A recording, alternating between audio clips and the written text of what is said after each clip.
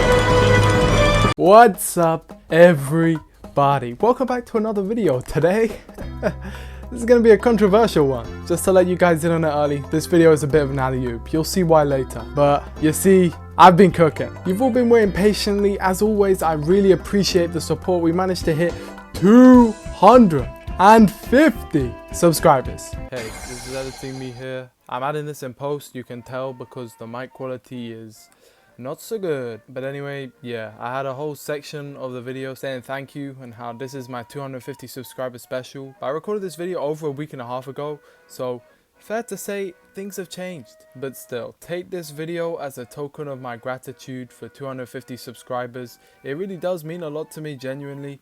And well, that's about it. Back to the video. Still, it always warms my heart seeing the comments on these types of videos. But anyway, that's enough from me. I just had to get all of that out of the way to say thank you and give back. But now, onto the video. Ever since I released my first FNAF video, I've been getting comments on a similar line. Read the books. Check out the books. Fazbear Frights. Check out the books. The Pizzaplex. Read the books. GGY. Mimic. Charlie Bot. Cassidy. Andrew. Check out the books. And well, I can safely say now, you no longer have to leave me those comments anymore, because the message has been received loud and clear, and I have dived in head first into a bigger rabbit hole than I ever bargained for, and I emerged with a revelation. It kind of changed the way I see this franchise now, and I don't know if I want it to. As I said earlier, this is going to be a bit controversial. Not everyone is going to be on board or want to be on board, and that is perfectly fine. I don't even know if I want to be either, but that's just it. If I do say this, it will turn out to be the ultimate FNAF theory.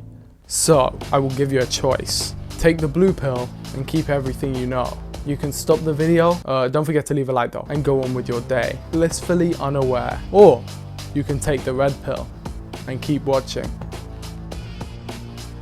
Still here? Okay, let me not leave you in suspense. My theory is that it's all canon. All of it. Don't get it? I had a feeling. It is such a broad theory that it kind of takes a second to wrap your head around it, but I'll give you a bit.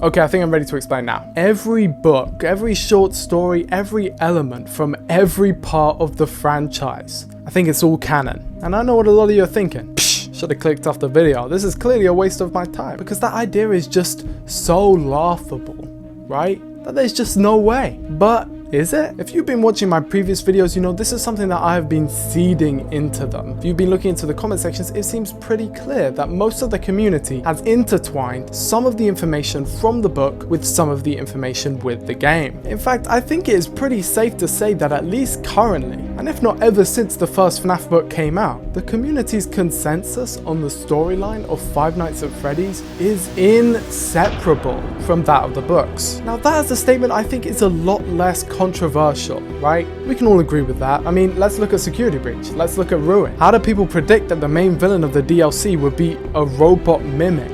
Why is the name Mimic plastered on everyone's titles and thumbnails? How could a character who was not even slightly hinted at in the game be a "I called it" moment for so much of the community?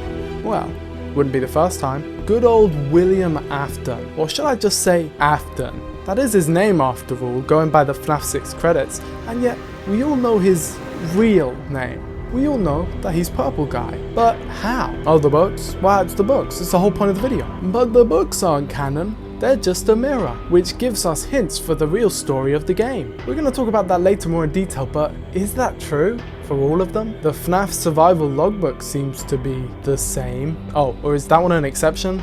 It is? Well, what about the Tales from the Pizzaplex? Is that also in a separate universe, but one more closer to the one we see in the games? Is the Tales from the Pizzaplex straight up what we do see in the game? GGY, is that just straight up what happens in Security Breach?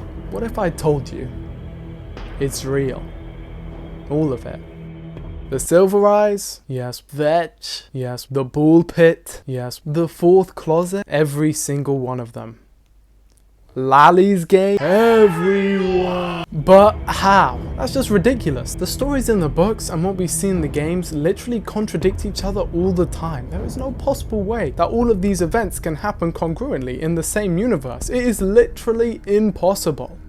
Right? Well, now I think it's about time we go back to Scott Cawthon's original post about the canonicity of the books, because I'm sure you're all well aware of it, well aware of what he said. But when was the last time you actually read it? Humour me. Let's go through this together. Is the book canon? I wanted to talk about this a little bit to put everyone's minds at ease. I've gotten a lot of emails, even angry ones, complaining that the book doesn't match up with one or more of the games. Even some of the reviews on Amazon chastise the book for not matching the games. Something that I should have explained very early on is that the book is not intended to solve anything. It is not intended to be a guide for the games or to fill in gaps. The games are what they are, and as I stated before, that story is finished. Something that I said in one of the forum threads about this is that sometimes the lore of something can become so crowded that you can't tell an original story anymore. The games and the book should be considered to be separate continuities, even if they do share many familiar elements. So yes, the book is canon, just as the games are.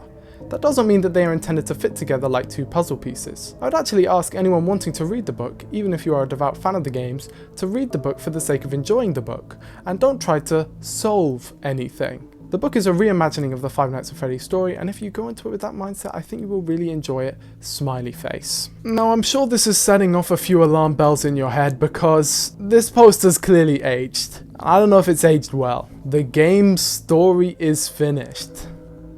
Let me look at the date this came out again. Sounds about true. Don't try to solve anything. Whoops. I think we can safely say that the mindset regarding the books has changed, albeit maybe not in its core elements. I think that some parts of this post we can throw away, but others, and you know what other part I'm talking about, I wish to hold on to. The book is canon just as the games are. That doesn't mean that they are intended to fit together like two puzzle pieces. But this is FNAF. And this is a FNAF theory. What do you guys think I'm gonna do? Spoiler alert, I'm gonna complete the puzzle. FNAF World. I feel like I'm Thanos collecting all the infinity stones of FNAF lore. You've got to let me cook with this one. Many people have tried to explain FNAF World with its inexplicable fourth wall breaking elements, but we do know from the interview with Scott Cawthon that it is important, if only a little bit, to the story of FNAF. But how? Well, time to bring in my expert knowledge of the books. Let me put on my reading glasses real quick. Let's incorporate what we know from them and apply it to the games. Remnant, something which first originated in the books and was later confirmed to also be a part of the game. I think we can all safely agree that more or less, this is the thing that makes animatronics go haunty. But what is Remnant? Well, I think that's what FNAF World is trying to tell us. From the book, Remnant is a manifestation of memories infused with and possessing inanimate objects. And without turning this video into a full FNAF World video, we can see a lot of those elements here already, especially in the Old Man Consequences ending. If you don't know, when you get to Old Man Consequences Lake by going too many layers deep, you can drown yourself in the lake and are greeted with this image. Now what this image is heavily debated on because it is an optical illusion that can look either like a larger figure holding two younger figures with their backs turned to the camera, or it can be an angel. But whatever the image itself is, I think the meaning is clear when you look into the files and see this image is called Happiest Day. This is a memory. The whole of FNAF world takes place in the flip side, another side of the reality we know. The game starts with a cutscene that says everything that happens out there has an effect here, but something has gone wrong. The words out there and in here seem to imply that this is another plane of reality, one where everything exists at once. An incredibly meta plane of reality where Scott Cawthon himself is the main final boss. Getting off topic, the reason I bring all this up in the first place is because I believe the purpose of FNAF World as a game is to clue the fanbase in on the importance of memory. And memory in FNAF and echoes. Okay, I'll stop. The similarities between the books and the games are too frequent to be ignored. The amount of events that take place across multiple forms of media in supposed different universes is more than just a mirror. It's a repeated memory, with Fredbear and Fazbear being the core linchpin connecting them all together. As Scott Cawthon says, both the books and the games are canon. So what gives us the authority to inherently put the games above the books when they are supposedly on the same level? I brushed over this in my last video, but are there truly echelons of canon?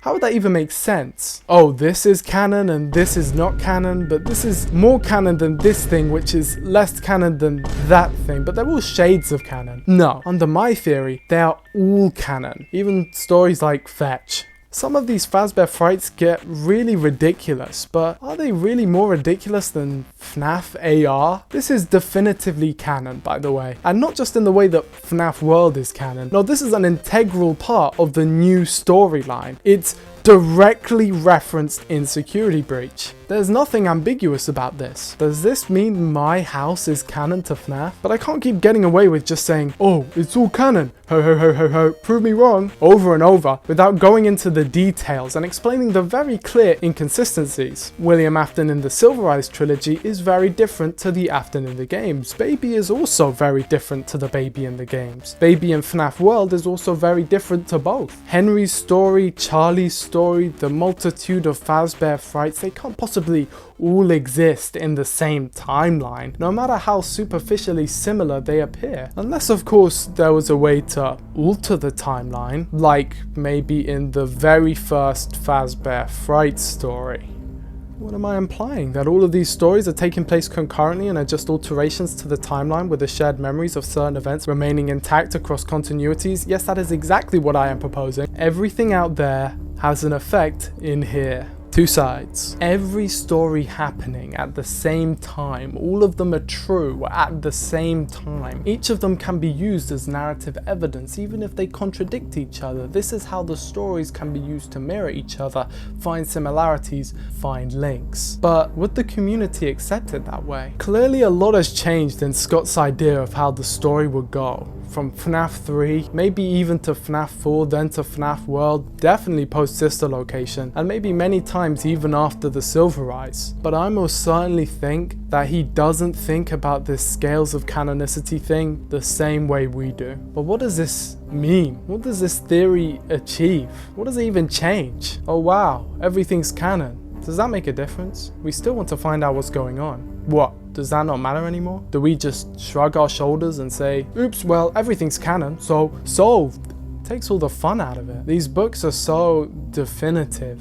There isn't that mystique, that ambiguity that intrigues us so, gives us that drive to uncover everything and put the puzzle neatly together. Because when everyone's canon, no one will be.